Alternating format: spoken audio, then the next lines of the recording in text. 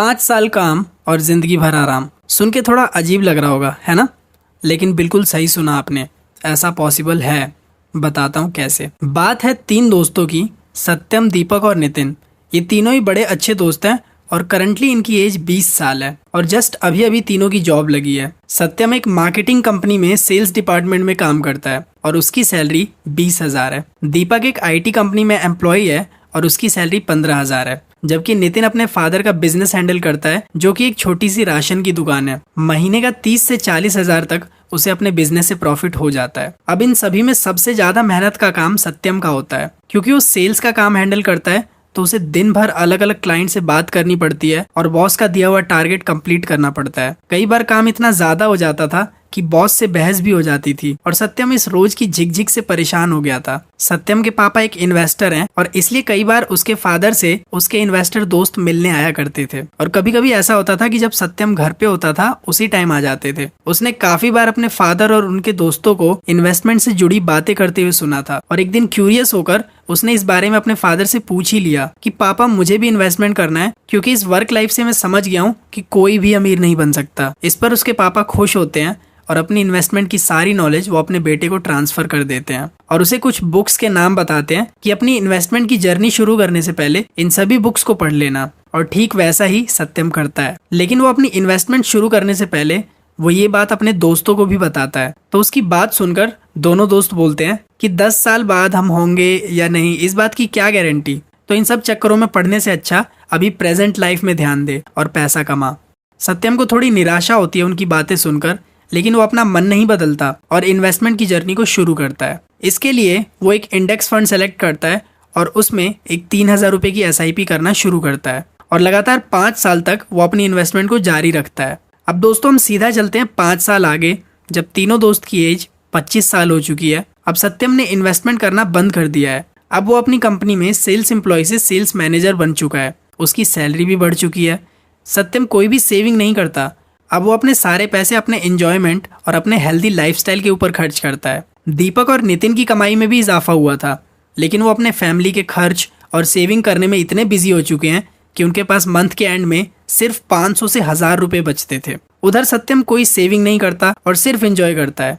दोनों को ये बात बड़ी अजीब लगती है। दीपक नितिन से बोलता है कि यार, मुझे लगता है हमें भी इन्वेस्टमेंट शुरू कर देनी चाहिए थी सत्यम के साथ, तो आज हम भी सत्यम की तरह मौज कर रहे होते। तो इस पर नितिन थोड़ा भड़कते हुए बोलता है, तू भी उसी चक्कर में पड़ रहा है, ये सब फालतू है। सत्यम के पापा के पास बहुत पैसे हैं, जरूर वही देते होंगे उसे इतने उड़ाने के लिए।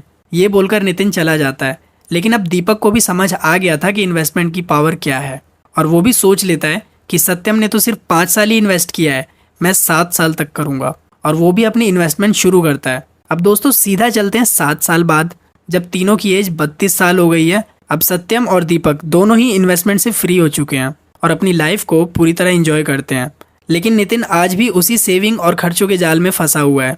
सत्यम और दीपक दोनों को देखने के बाद नितिन को समझ आया कि उसने कितनी बड़ी गलती की है। नितिन अगले ही दिन सत्यम के घर जाता है और उससे कहता है कि यार, तू सही था, मुझे भी तुम लोगों के साथ अपनी इन्वेस्टमेंट शुरू कर देनी चाहिए थी। मुझे लगता था कि मेरी मंथली इनकम इतनी अच्छी है तो मुझे इन्वेस्टमेंट करने की क्या जरूरत है, लेकिन मैं गलत था।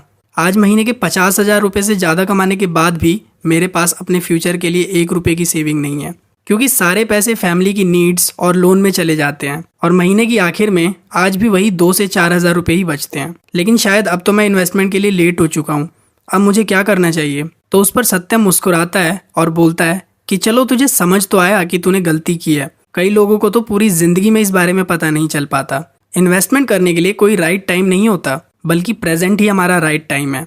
तो तू आज से ही अपनी इन्वेस्टमेंट करना स्टार्ट कर और मैं तुझे गाइड करूंगा जब भी तुझे कोई हेल्प चाहिए होगी। लेकिन क्योंकि तुमने इन्वेस्टमेंट लेट स्टार्ट की है तो तुम्हें बाकी लोगों के कंपैरिजन में ज्यादा टाइम के लिए इन्वेस्ट करना होगा। सत्यम के समझाने पर नितिन को थोड़ा अच्छा फील होता है और वो सत्यम के बताए अनुसार नितिन भी अपनी इन्वेस्टमेंट की जर्नी शुरू करता है और पूरे 33 साल तक इन्वेस्टमेंट करता है।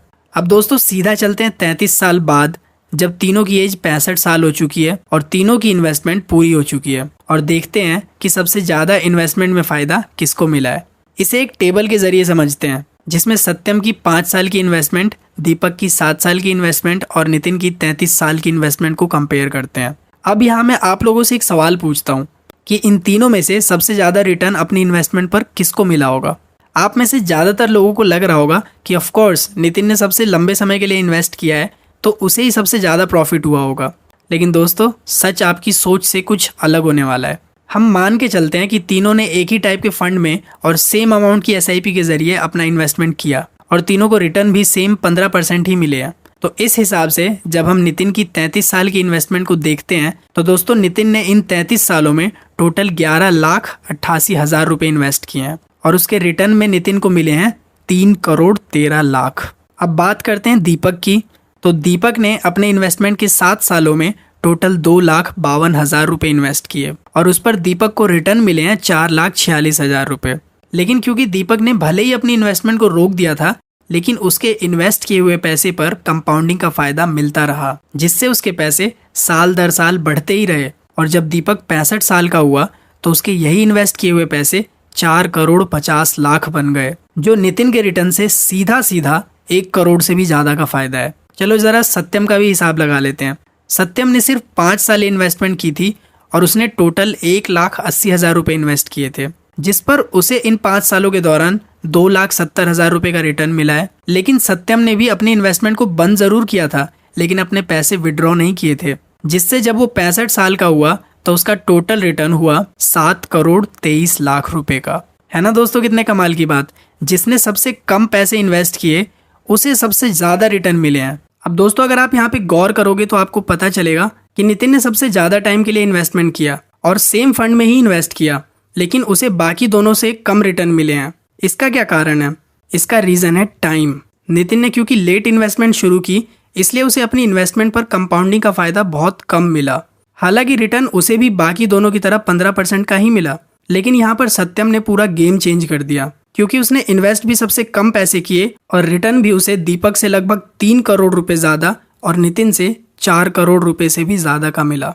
क्योंकि टाइम एक बहुत बड़ा रोल प्ले करता है आपके पैसे को कंपाउंड होने में, और जो इसे जल्दी समझता है उसके लिए पैसे उसके गुलाम बन के काम करते हैं, और जो इसे लेट समझता है उन्हें मजबूरन पैसे का गुलाम बन के काम करना पड़ता है। दोस्तों, इस स्टोरी से हमें कुछ लर्निंग्स मिलती हैं जिसे एक अच्छा इन्वेस्टर बनने के लिए समझना बेहद जरूरी है। सबसे पहला कि जितना जल्दी हो सके इन्वेस्ट करना शुरू कर देना चाहिए।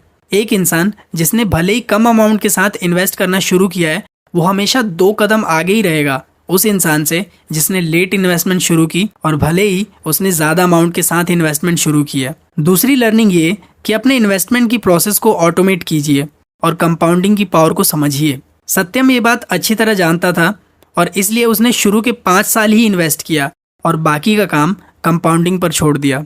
लेकिन दोस्तों, बहुत से लोग 5 साल भी डिसिप्लिन के साथ इन्वेस्ट नहीं कर पाते, क्योंकि 5 साल भी एक लंबा टाइम ही होता है और इस दौरान हमारी लाइफ में काफी सारे उतार चढ़ाव आते हैं जो हमारे डिसीजंस को कमजोर बना देते हैं, और बहुत से लोग अपनी इन्वेस्टमेंट को बीच में ही छोड़ देते हैं। इसलिए सत्यम ने SIP की हेल्प से अपनी इन्वेस्टमेंट को ऑटोमेट कर दिया, क्योंकि मशीन्स और सॉफ्टवेयर्स नहीं समझते कि हम कैसा फील कर रहे हैं, वो सिर्फ हमारे दिए हुए कमांड को फॉलो करते हैं, जबकि इंसानी दिमाग पल भर में अपने डिसीजंस बदल लेता है। तो SIP जैसे बेहतरीन टूल्स का फायदा उठाएं। और तीसरा है लर्न करना। दोस्तों, हमें जिस भी फील्ड में सक्सेस चाहिए होती है उसके लिए हमें उस चीज के बारे में जानकारी होना बेहद जरूरी है, और वो हमें लर्न करने से ही मिलती है। और दोस्तों, नॉलेज भी टाइम के साथ कंपाउंड होती है। सत्यम के फादर ने उसे कुछ बुक्स रीड करने के बाद ही इन्वेस्ट करने के लिए कहा था, और तभी सत्यम सही डिसीजन ले पाया। तो दोस्तों, अगर आप भी चाहते हो कि आपको फाइनेंस से रिलेटेड लर्निंग्स मिलती रहें तो आप इस चैनल को भी सब्सक्राइब कर सकते हो, क्योंकि यहाँ हर वीक एक नई फाइनेंस और स्टॉक मार्केट से रिलेटेड वीडियो आती रहती है। तो दोस्तों, अगर आपको वीडियो पसंद आई तो वीडियो को लाइक ज़रूर करना और चैनल को सब्सक्राइब ज़रूर करें, और उन लोगों के साथ इस वीडियो को शेयर ज़रूर करें जो बोलते हैं 2-4 हज़ार रुपये से कोई क्या ही करोड़पति बनेगा। बाकी नेक्स्ट वीक हम एक नई वीडियो के साथ मिलेंगे ही।